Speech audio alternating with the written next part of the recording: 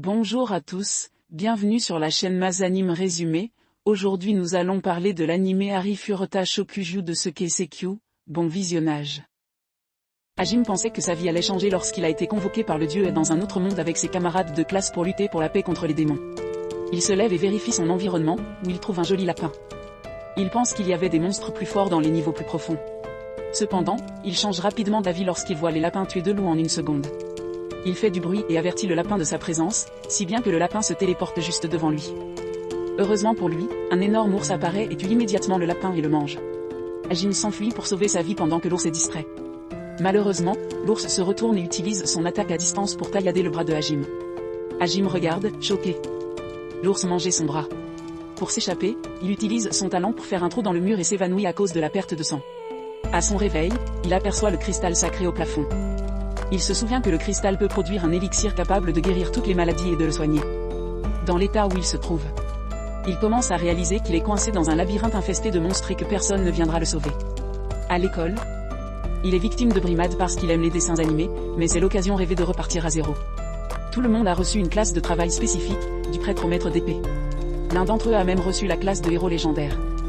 Mais Hajime a reçu le poste terriblement commun de synergiste, ce qui signifie qu'il peut créer des objets avec de la magie. Un pouvoir plutôt exagéré, mais il y a un problème, il lui est littéralement impossible de monter en niveau. Il s'entraînait avec tout le monde. Mais alors que tout le monde atteignait le niveau 50, Hajime était toujours au niveau 2, même s'il s'entraînait 20 heures par jour. Malgré cela, il eut le courage de s'aventurer dans le donjon du labyrinthe avec ses collègues, mais il fut trahi par sa brute. Lui et ses camarades entrèrent dans le grand labyrinthe pour le conquérir, mais soudain un boss apparut. Ils essayaient de le combattre, mais n'y parvinrent pas. Bien qu'il soit le plus faible, Hajime intervint et utilisa ses compétences inutiles pour s'assurer que tout le monde puisse s'échapper. Les autres tentèrent de couvrir sa retraite en utilisant la magie à distance, mais l'un des sorts le toucha. Le pont s'effondra et il tomba dans les profondeurs du labyrinthe, là où résident les monstres les plus puissants.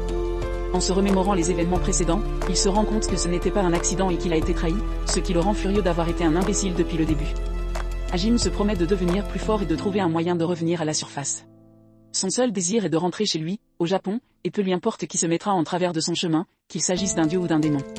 Un monstre loup apparaît soudain pour l'attaquer, mais il est prêt à se battre et à le tuer en utilisant son sort. Ayant faim et soif, il mange la viande crue tout en sachant qu'elle pourrait le tuer à cause du poison. Incapable d'ingérer une nourriture aussi empoisonnée, il utilise l'élixir qui coule du cristal sacré. Le garçon commence à ressentir une immense douleur, soudain, son corps commence à muter. Ses cheveux deviennent blancs, ses yeux passent du noir au rouge et son corps commence à se muscler. Lorsqu'il vérifie son niveau, il s'aperçoit qu'il a gagné plus d'une centaine de niveaux et qu'il a acquis de nouvelles compétences et capacités magiques. Il a maintenant de la nourriture et de l'eau à sa disposition et il peut identifier n'importe quelle pierre en la touchant, ce qui lui permet de créer plus facilement des objets. Il trouve les matériaux nécessaires à la fabrication d'explosifs et crée un pistolet qu'il utilise pour tuer son prochain monstre, le lapin. Après avoir mangé le lapin, Hajime se rend compte que ses statistiques augmentent lorsqu'il mange un monstre pour la première fois et qu'il a hérité des capacités du lapin, comme la téléportation et le saut dans les airs. Il décide alors de retrouver l'ours et de se venger du bras qu'il a perdu. Il utilise toutes ses nouvelles compétences et armes pour attaquer et couper le bras de l'ours.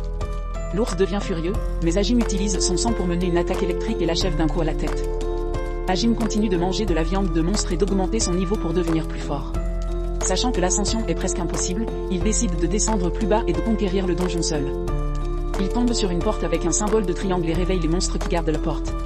Hajime tue rapidement le premier en lui tirant dans l'œil. Mais le second couvre son œil, ce qui le rend impossible à vaincre. Hajime utilise alors sa capacité de téléportation pour se repositionner et finalement l'abattre. En utilisant les orbes dans le cou du monstre, il parvient à ouvrir la porte. Là, il voit un cube flottant qui retient une jeune fille prisonnière, mais il se détourne car il pense qu'elle le trompe. Mais quand elle dit qu'elle a été trahie, il s'arrête. C'est une princesse vampire qui a été trompée et emprisonnée par son oncle à cause de ses incroyables pouvoirs et de son immortalité. Hajime décide de la libérer du cube en le détruisant. Elle lui demande de lui donner un nom et il l'appelle Lu car elle lui rappelle la lune. Soudain, ils sont pris en embuscade par un monstre qui lance des dards dans le dos de Hajime. Hajime se relève et utilise l'élixir pour se soigner tandis que la fille enlève les dards de son dos. Hajime porte la fille sur son dos et sort de là. Le monstre les poursuit, obligeant Hajime à se défendre avec son arme. YE tente de l'aider, mais elle doit d'abord récupérer ses pouvoirs. Elle le mord et suce son sang tandis que le monstre tente de l'intimider avec de la magie. YE se relève et crée une boule de feu qui écrase le monstre, mais ce n'est pas suffisant pour le tuer à cause de sa carapace dure. Hajime se met en position et lui demande de lancer un autre sort de feu. La magie écrase le monstre, Hajime trouve son point faible et le frappe avec son arme, le tuant. Ensuite, Y lui parle du dernier niveau de profondeur du labyrinthe. Ils y trouveront la personne qui a construit le labyrinthe et un moyen de retourner à la surface. Y lui pose des questions sur sa vie. Il lui raconte la trahison de ses camarades de classe et comment il est devenu une sorte de monstre. Il lui dit que son but est de retourner au Japon, mais Y est triste car une fois qu'il sera parti, elle sera à nouveau seule. Remarquant la tristesse dans ses yeux, il l'invitait à rentrer avec lui. Alors qu'il continue d'explorer le labyrinthe, il trouve des escaliers qui mènent à une porte. Derrière la porte, il trouve un cercle magique d'où sort un énorme serpent hydre. Les serpents les attaquent immédiatement. Y aide Hajime à se relever et répond avec la magie de la terre. Mais le serpent blanc soigne les blessures des autres. Hajime décide donc de le tuer en premier, mais le serpent jaune le défend. Y est confronté à l'un des serpents qui l'enferme dans une illusion. Elle se revoit emprisonnée dans le cube, mais cette fois Hajime, au lieu de la sauver, l'abandonne. Heureusement, Hajime parvient à la sauver à temps. Après avoir repris ses esprits, Y distrait les monstres pendant que Hajime se positionne pour les frapper avec sa nouvelle arme. Elle utilise ensuite sa boule de feu pour les écraser et les tuer, à l'exception du serpent blanc. Le monstre tente de la frapper avec une puissante fusée éclairante. Mais Hajime s'avance devant elle, pour la sauver, Y porte Hajime hors de danger. Elle tente de le réveiller, mais en vain. Y se met à pleurer et s'excuse de ne pas avoir pu le sauver. Hajime sent ses larmes tomber sur le sol et se lève pour la sauver. Il lui dit de reprendre des forces en suçant son sang et il reprend le combat. Hajime lance des grenades et le plafond s'effondre sur le serpent. Y utilise alors sa boule de feu magique pour le vaincre. Le lendemain matin, il se réveille dans un lit. Hajime s'évanouit et Y le porte à travers une porte ouverte qu'elle a vue. Ils explorent les lieux et trouvent un cercle magique.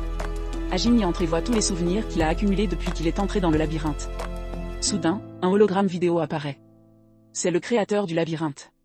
Il félicite Hajime d'avoir conquis le labyrinthe. Il commence à expliquer le véritable but du labyrinthe et la vérité sur ce monde. Le dieu Hate, qui a convoqué Hajime et ses camarades de classe, ne veut pas qu'ils mettent fin à la guerre contre les démons. Mais ils ont été convoqués simplement pour divertir le dieu en menant des batailles sans fin. Les Mavericks sont un groupe qui se préparait à combattre Yi, mais leurs plans ont été découverts et ils ont été forcés de créer des labyrinthes pour se cacher. Il explique que celui qui réussira à libérer le labyrinthe recevra une ancienne magie possédée par le créateur du labyrinthe et pourra se battre contre Yi, mettant ainsi fin à ce jeu pervers. Le créateur lui transfère son ancien pouvoir et il disparaît. Hajime est exaspéré par ses mensonges, mais il ne veut plus que trouver un moyen de rentrer chez lui avec Y.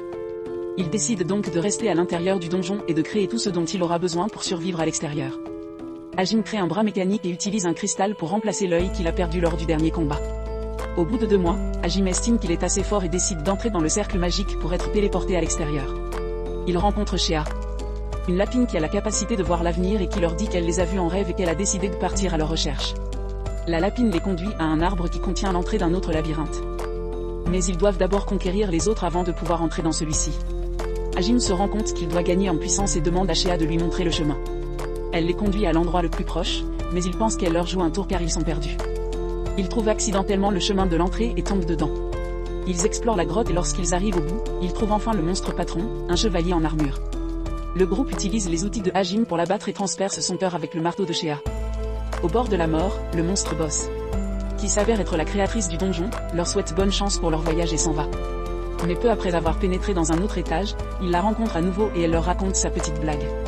Selon elle, chaque labyrinthe a un thème qui dépend de la personnalité de son créateur.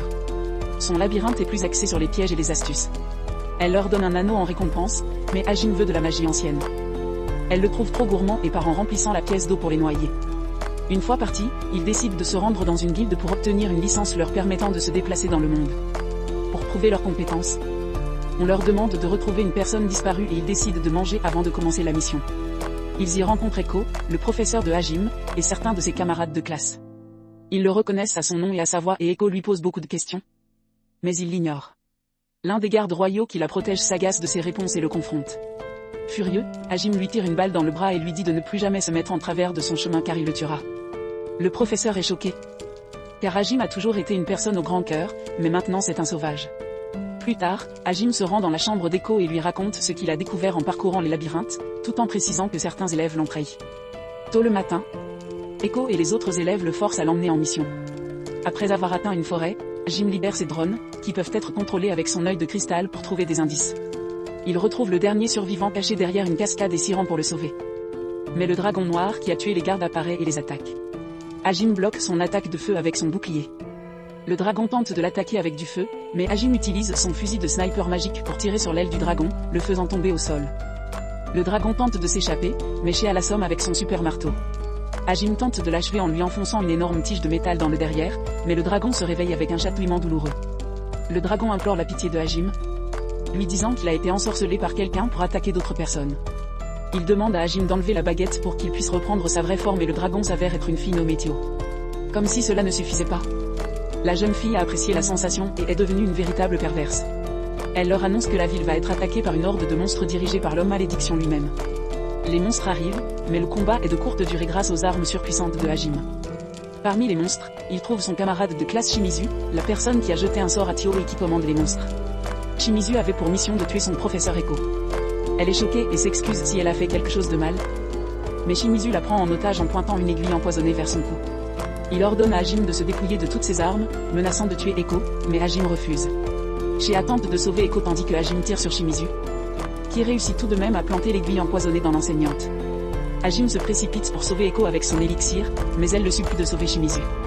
Hajime sait déjà que son élixir ne peut pas guérir les blessures de Shimizu et il lui demande s'il est son ennemi. Le garçon est un lâche qui supplie pour sa vie, mais Hajime l'abat. Alors qu'ils se détendent en ville, Hajime et Shea finissent par sauver une petite fille nommée Min, qui était retenue captive en vue d'être vendue comme esclave. Hajime et la petite fille s'attachent l'un à l'autre. Ils retournent voir le chef de guilde pour obtenir leur licence d'aventurier, mais leur conversation est interrompue par l'irruption d'Ando, l'un des camarades de classe de Hajime.